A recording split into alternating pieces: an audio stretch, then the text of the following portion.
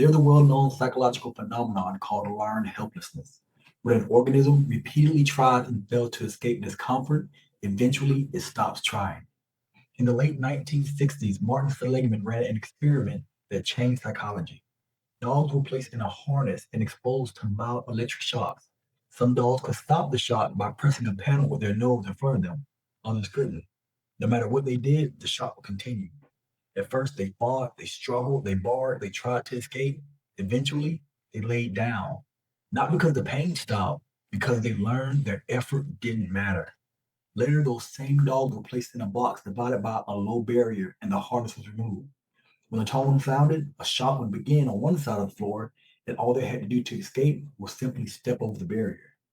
The dogs who had control before, they immediately jumped over. The dogs who had learned helplessness made didn't even move. They just laid down and endured it. The barrier was low, escape was available, but in their nervous system, the barrier was still there. An invisible glass ceiling they believed they couldn't break through. The barrier was low, escape was available, and still they didn't move. Not because they were weak, because their nervous system had already decided effort is a waste of energy.